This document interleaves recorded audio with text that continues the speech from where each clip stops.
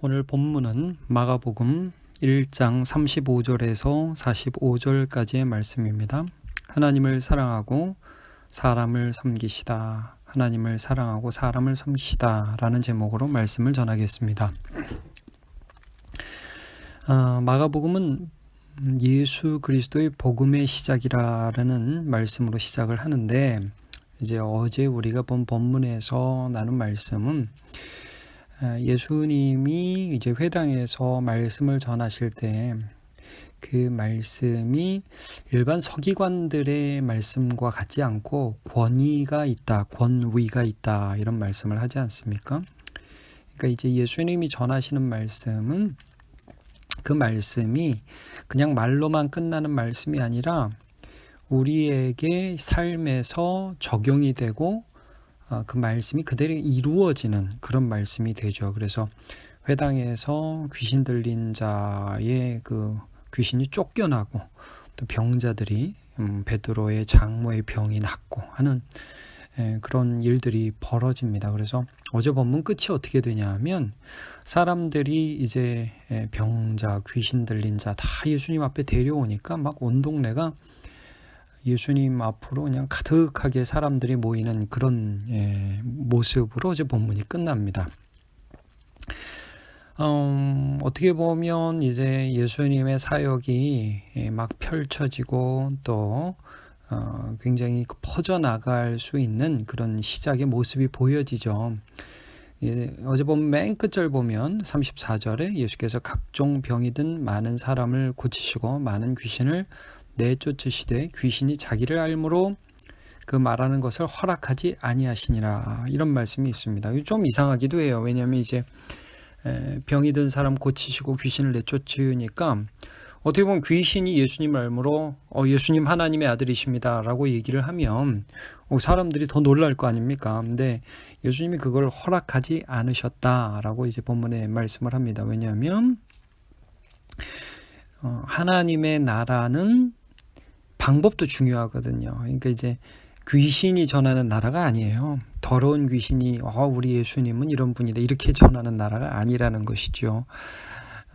예수님이 하나님의 방법으로 거룩한 도구를 사용해서 그의 제자들을 불러주셔서 이제 주님의 나라를 전파하시는데, 이렇게 사람의 주목을 받으실 때 오늘 본문을 보면 예수님께서 제일 먼저 하신 일이 뭐냐면 사람들을 피해서 하나님 앞에 기도하는 일을 하셨다는 것입니다. 35절을 보면 새벽 아직도 밝기 전에 예수께서 일어나 나가 한적한 곳으로 가서 거기서 기도하시더니, 그러니까 오히려 사람들의 관심이 막 주목을 받고 관심을 받고 예수님께 집중될 때에 그때 예수님께서 집중하신 것은 그런 사람들의 필요에 그래 내가 갈게 너네 거기 있어 좀 더 많이 모여 이런 게 아니라 그들을 피해서 정말 한적한 곳에서 새벽 아직도 밝기 전에, 그러니까 하나님께 집중할 수 있는 시간과 장소에서 하나님을 만나셨다는 것을 좀 알 수가 있습니다. 이거 어떻게 보면 좀 놀라운 일이죠. 왜냐하면 사실 예수님은 하나님의 아들이시고 하나님과 늘 함께하는 그런 분이셨으니까 굳이 사람들을 피해야만 하나님께 집중할 수 있는 그런 분은 아니셨죠. 그러나 예수님은 우리가 이 앞에 본문에서도 보면 세례를 받으셨잖아요. 이 세례의 의미는 사람의 대표가 되신다는 거거든요. 하나님의 아들이지만 우리 인간의 대표, 사람으로서 오신 분이기 때문에 이 땅에서 하나님 아버지를 만날 때에 말하자면 하나님으로서 하나님을 만나는 게 아니라 사람으로서 하나님을 만나는 방법을 쓰셨어요. 그게 기도라는 거죠. 그래서 예수님이 새벽에 기도를 통해서 하나님을 만나셨다는 말씀은 어떤 말씀이 되냐면 우리도 하나님을 한적한 곳에서 한적한 시간에 만날 수 있다는 말씀이 되는 겁니다. 그리고 예수님께서 이 시간을 통해서 하나님 아버지로부터 힘을 얻으셨던 것처럼 우리도 하나님 아버지로부터 힘을 얻을 수 있다는 것을 말씀해 주고 있는 것이죠. 자, 예수님께서 이렇게 기도하실 때에 하나님께서는 은혜를 주셨는데, 자, 사람들은 어떻게 예수님께 반응을 했느냐? 빨리 와서 좀 사람들한테 반응을 해달라고 그러죠. 37절. 제자들이 갑니다. 모든 사람이 주를 찾나이다. 당연히 예수님은 보통이라면 사람들이 찾아? 미안해. 내가 좀 오전에 기도하느라고 좀만 기다리라고 그래. 내가 금방 갈게. 이렇게 반응이 나와야 될 것 같은데, 여러분, 기도한 예수님의 반응이 어떻게 나오느냐? 38절. 이르시되 우리가 다른 가까운 마을들로 가자. 거기서도 전도하리니 내가 이를 위하여 왔노라 하시고. 전혀 다른 반응이 나오는 거죠. 사람들 모여 있어요. 그러니까 예수님이 딴 데 가자. 거기서도 내가 전도를 해야 돼. 이 사람들만 위해서 온 게 아니라 아직 하나님의 이름을 모르는 많은 사람들에게 가야 해. 그러니까 이게 기도의 결론이 되는 거예요. 여러분, 기도가 예수님께 어떤 의미가 있었는지 이 반응을 보면 우리가 좀 추측할 수 있죠. 기도 속에 예수님께서 얼마나 많은 하나님의 평강과 또 하나님의 사랑하는 마음, 그러니까 아직 예수님을 만나지 못한 사람들에 대한 마음을 기도 속에서 받으셨던 거죠. 내가 조금 인기를 얻기 시작한다. 저 사람들이 나를 보고서 막 열광하기 시작한다. 이게 아니라 하나님의 마음, 아직 나를 만나지 못한 그 옆 동네 사람들, 그리고 아직 나를 경험하지 못하고 지금 흑암 가운데 있는 사람들을 향한 마음을 예수님께서 기도하다가 하나님 아버지로부터 깊이 경험하셨음을 우리가 추측해서 알 수 있는 것입니다. 그래서 그 다음 본문에서 예수님이 만나게 되시는 사람이 누구냐면 나병 환자입니다. 나병 환자. 한센병이라고 요즘에 우리가 말을 하죠. 수많은 사람들 앞에 있다면 아마 이 나병 환자가 예수님 만날 수 없었을 겁니다. 자, 40절에 어떻게 이 나병 환자가 예수님께 등장하냐 하면, 한 나병 환자가 예수께 와서 꿇어 엎드려 간구하여 이르되 원하시면 저를 깨끗하게 하실 수 있나이다. 여러분, 율법에 의하면 나병 환자는 사람들이 있는 곳에 가서도 안 되고 뻘찍이서 자기 입을 가리고 이렇게 외쳐야 돼요. 부정하다, 부정하다. 이렇게 외쳐야 합니다. 마치 여러분, 요즘에 우리가 코로나 바이러스 때문에 굉장히 나라가 혼란스럽고 다 마스크 쓰고 다니지 않습니까? 전염이 되는 것을 막기 위해서. 이 당시에 구약의 율법에 의하면 전염병을 가진 사람은 미리 자기가 전염병이라는 걸 다른 사람에게 알려야 했어요. 예수님께 이 사람이 접근을 할 수 있었던 거예요. 그래가지고 예수님께 가까이 가지고 엎드려서 참 어떻게 이런 믿음을 고백하는지, 원하시면 저를 깨끗하게 하실 수 있습니다. 그러니까 당연히 이 사람은 고침받기를 원하는데 내가 고침받는 것의 성공 여부는 제 원함이 아니라 주님의 원함에 있습니다. 이렇게 고백을 합니다.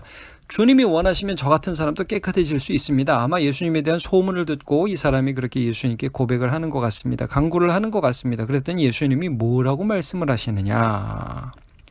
41절에 예수께서 불쌍히 여기사 그랬으면 그 사람의 하는 말을 들으면서 불쌍히 여기사, 아마 그 옆에서 예수님의 모습을 보는 제자들이 느꼈겠죠. 예수님의 눈빛, 예수님의 손길, 예수님의 행동에서 이 한 사람을 향한 진실한 마음, 불쌍히 여기는 마음을 가지시는 모습을 느꼈을 것 같아요. 여러분, 이게 기도의 결론입니다. 하나님을 만난 사람은 하나님의 마음을 느껴요. 그러면 어떤 사람을 보면서 그냥 넘어갈 수 있잖아요. 아프네. 근데 내 마음이 지금 급해, 다른 것 때문에 저기 저 사람이 기다리는데, 넘어갈 수 있죠. 근데 이 한 사람을 향한 하나님의 마음을 느끼면서 불쌍히 여기면서, 자, 그 다음 구절이 더 놀라워요. 손을 내밀어 그에게 대시며, 이렇게 말씀하세요. 손을 내밀어 그에게 대시며. 여러분, 요즘에 우리가 코로나 바이러스 어떻게든 접촉 안 하려고 굉장히 애를 쓰죠. 이 한센병에 대한 규례를 보면 만지면 안 돼요. 절대 만지면 안 돼요. 병에 걸린 사람도 자기 자신이 병에 걸린 걸 알려야 되지만 일반인들이 그에게 접촉하면 절대 안 됩니다. 근데 예수님이 그에게 그냥 이렇게 고칠 수도 있잖아요. 알았어. 가까이 오지 마. 너 그 병 내가 고쳐줄게. 이제 났어, 가. 이렇게 할 수도 있잖아요. 근데 예수님이 불쌍히 여기시며 그에게 손을 내밀어서 그의 몸에 손을 대셨다. 이 문둥병자는 그냥 몸이 나은 게 아닙니다. 그냥 단순히 한센병이 고침받은 게 아닙니다. 그의 마음이 위로를 받았어요. 처음으로 나를 인간으로 대우해주는 분을 만난 거죠. 여러분, 사람들이요, 우리나라도 지금 코로나 바이러스 걸리면 사람을 사람 취급하지 않잖아요. 여러분, 이 당시 사회에서 문둥병에 걸렸다, 한센병에 걸렸다, 이거는 사람 취급을 받지 못하는 것입니다. 근데 주님께서 그의 몸을 만져주시면서 고쳐주셨어요. 그리고서 이렇게 그 사람이 한 말을 그대로 반복하시죠. 원하노니 깨끗함을 받으라. 내가 원해. 네가 나았으면 좋겠어.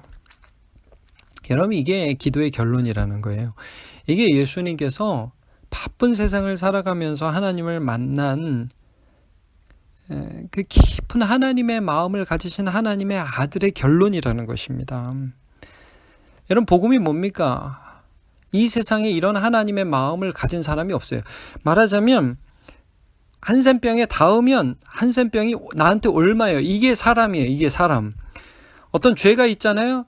그러면 그 죄가 내 몸에 닿으면 내가 죄의 오염이 돼요. 이게 사람이에요. 근데 예수님은 어떤 분이셨느냐?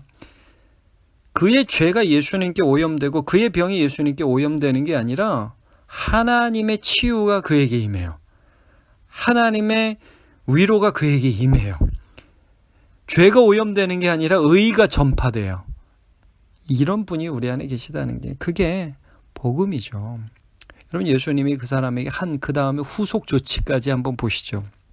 44절을 보면 이르시되 삼가 아무에게 아무 말도 하지 말고, 그러니까 너 고침받았다고 딴 사람한테 얘기하지 말아라. 얼핏 보면 이해가 안 가죠. 너 고침받았으니까 다 세상 사람들한테 말해. 예수님이 그랬다고.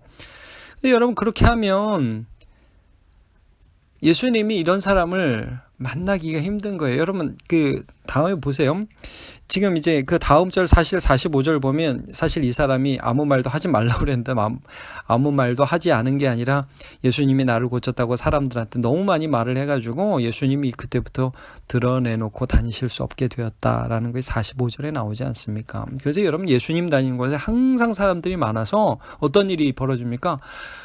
그 다음에 중풍병 걸린 사람이 예수님께 올 수가 없으니까 친구들이 침상째를 메고 와서 지붕을 뜯잖아요. 하도 사람들이 미니까 혈루증 걸린 12의 혈루증으로 고생하던 여인이 예수님 뒤로 가만히 와서 옷깃을 만지잖아요. 그렇게 예수님 만나는 게 힘들어져요. 예수님은 1대1로 깊이 있게 한 사람 한 사람을 만지고 살아가기를 원하셨죠. 그 다음에 44절에 보면 또 뭐라고 말씀하세요? 가서 내 몸을 제사장에 보이고 내가 깨끗하게 되었으니 모세가 명한 것을 드려 그들에게 입증하라. 이게 무슨 말씀입니까?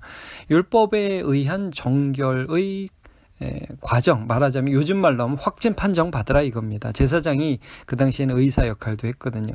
이 사람은 나았습니다 라는 것을 공식적으로 선언 받으라는 말씀이죠. 왜? 그래야 사회생활을 다시 시작할 수 있으니까.